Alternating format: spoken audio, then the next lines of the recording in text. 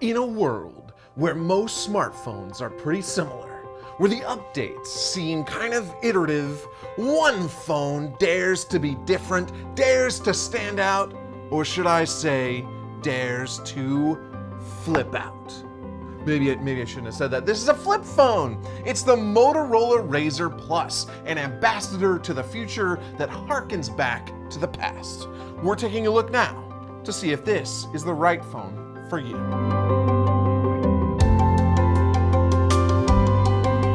Hi, I'm Andrew from Apps, and this is just a 3.6-inch screen on this Motorola Razr Plus, which it's not a lot for a modern smartphone, unless of course you also count the 6.9-inch screen on the inside.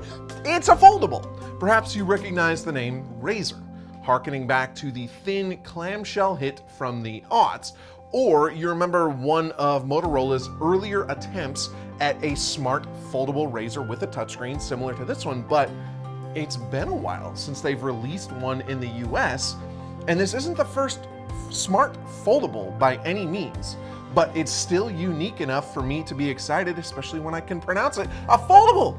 It flips, it flops, it flips, it's full. I'm excited. Foldable plus that 3.6-inch screen, it's big enough to do a lot. It is, brace yourself for this one, bigger than the 3.5-inch screen of the original iPhone. Different aspect ratio, of course, but look at how far we've come. The closest competitor is the Samsung Galaxy Z Flip 4. So how does it compare? Does this phone match your need to flip out? Let's dive in. The Motorola Razr Plus is on sale now, and if I understand linear time correctly, it's on sale now as well. You have 3 color choices with grandiose names: Infinite Black, Glacier Blue, and Viva Magenta. All cost $1,000. All have 256 gigs of storage and 8 gigs of LPDDR5 memory. Great stuff. The phone has plenty of nice specs. Dolby Atmos audio, Bluetooth 5.3, it's IP52 water repellent, face unlock, and there's a fingerprint reader on the side. It has a slightly older processor, the Snapdragon 8 Plus Gen 1. The new Galaxy S23s from Samsung have a 2nd gen version of that processor, but the Gen 1 is still a high-end processor meant for a flagship phone. It ships with Android 13, and you get 3 years of updates. It also has a 3,800 milliamp hour battery and supports 30-watt charging. And there we go. Enough basics. Yes, it's a phone with phone bits and phone pieces, and that stuff is important, but we've eaten our vegetables. Let's have some dessert and talk about these screens and this flippin' good flip action. First of all, take a look at the actual flip itself. It's firm enough to hold a position at a few different angles. That makes it kind of tough to open with one hand. You can do it, but it means you can use the phone at a variety of angles. A few apps can take advantage of it by splitting your screen into top and bottom portions. You can use it like a camcorder with this here and that over there, or you can show the subject of your portrait photography what you're looking at while you shoot. The angle allows for some cool hands-free interactions with it propped up as well. When it's all the way closed, it does a good job of having the 2 halves flush.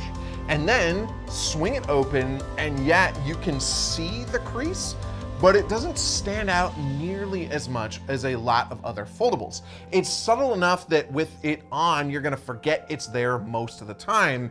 Mechanically, this is a cool feat in and of itself. The external display, 3.6 inches, OLED, which is a more durable polymer version of the vivid high contrast screen tech. Resolution 1066 by 1056, 413 ppi, 1100 nits, and a whopping 144 hertz refresh rate on the external screen. And this external screen is a big part of the reason this phone is a big step up over the Galaxy Z Flip 4. Take a look at that tiny little widget-focused external screen. It was usable, kinda, for a few very specific functions. This one is just way more customizable and robust and versatile, all the compliments. You can use it for a whole bunch of stuff, and it makes flipping open your flip phone optional a lot of times, which is awesome. If you just want to send a quick text or check the weather or skip a track on Spotify, just use this screen, boop, right back into your pocket. There are games for this screen. You can customize widgets on these panels or skip to a panel from these buttons on the bottom or swipe through, or you can keep running apps you opened on the big screen once you shut it. It's genuinely fun to use this external display. It feels like it adds real utility and convenience into the mix as opposed to just being a showy gimmick. But I still like the showy gimmick part too.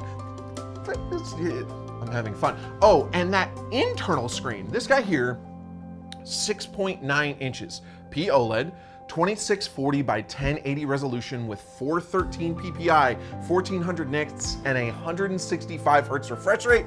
Oh yeah, HDR10 plus. Motorola didn't skimp here either. This is a stellar screen. For comparison, the biggest screen on the new S23 line, the S23 Ultra, has a 6.8 inch screen.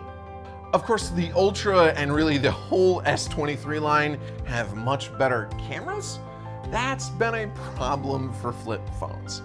This one has decent specs, a 12 megapixel main camera and a 13 megapixel ultra wide plus. It has an image signal processor to reduce noise and increase clarity in dark shots. Plus, you can flip the phone closed and use the back lens for a selfie with that external screen as your viewfinder. And given the way you can prop up the phone on the hinge like this or like this and use hands-free commands for pics, it is a good, fun selfie cam. It likely won't be good enough for shutterbugs though, but its actual competition, the Galaxy Z Flip 4, it isn't either.